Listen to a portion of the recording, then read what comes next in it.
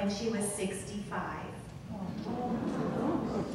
Mrs. Davids has taught master classes in Australia, Spain, Germany, Thailand, and she's been a judge and an adjudicator in Oklahoma and Indiana.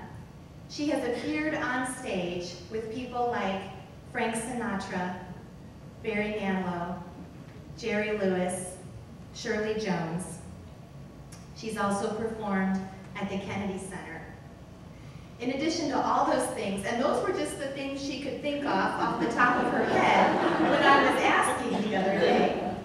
She's a mother to 3 grown children. Mark lives in Oklahoma. Debbie lives in Ohio. Debbie's a former Miss Colorado and competed at the Miss America pageant. And her son Douglas has a long and very distinguished career in the military, and he's still active in the military now.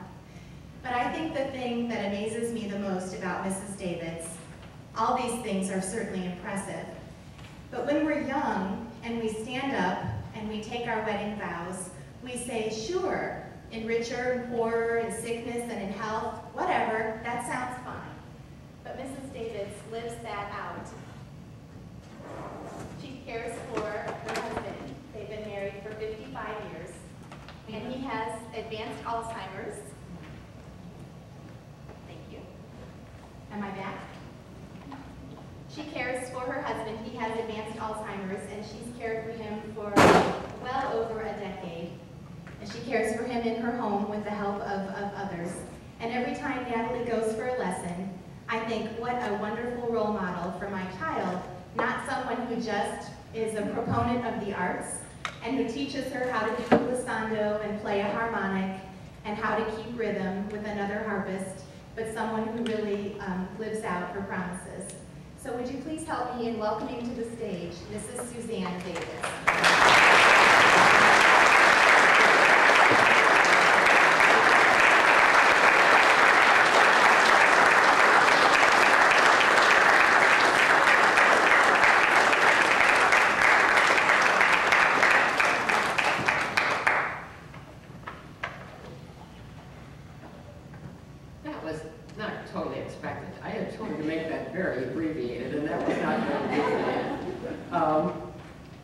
This past Wednesday, I think it was, when we had our last rehearsal, the girls decided that I should join them. So I'm going to play that teeny weeny harp over there. And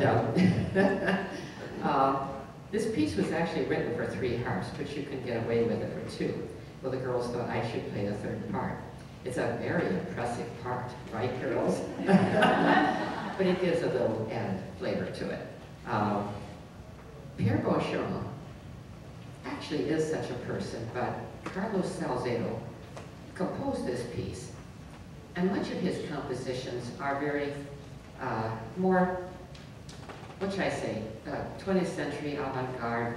They're a little bit more contemporary, I guess would be the best way to put it.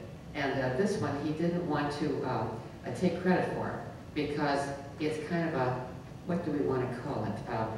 A diddly tune of some sort, I don't know. And so he put the name Pierre Beauchamp. Actually, a lot of his students, I don't think, were aware of that, but he did mention it one time. He said, well, that is my tune, but I didn't want to own up to it. And anyway, we'll end up with Triptych Dance. And it frequently was the final piece of festivals. Very often, he would hold festivals around the country. He was the first one that dreamed up harp ensembles. And there have been harp ensembles, say the size of, I think we had one at Oberlin with 55 harpists on stage. Of course, it was a big stage too. It hit the cover of the Time magazine at that time. And up until he brought the harp to the fore, it was played with by people like Queen Antoinette, in her salon. Actually, Nellie Custis Lee, the adopted daughter of George Washington, played the harp. I played for one of their opening Woodlawn Plantation, Washington, D.C. Maybe some of you have seen it. They have an April opening, and they wanted me to get into one of her gowns. Well, it didn't really work. As I recall, it was about 5 sizes too big for me, and I was trying to figure out how I was going to close that up. It was a candlelight tour, and this meant I had to play by candlelight. That's not real easy with these colored strings sometimes.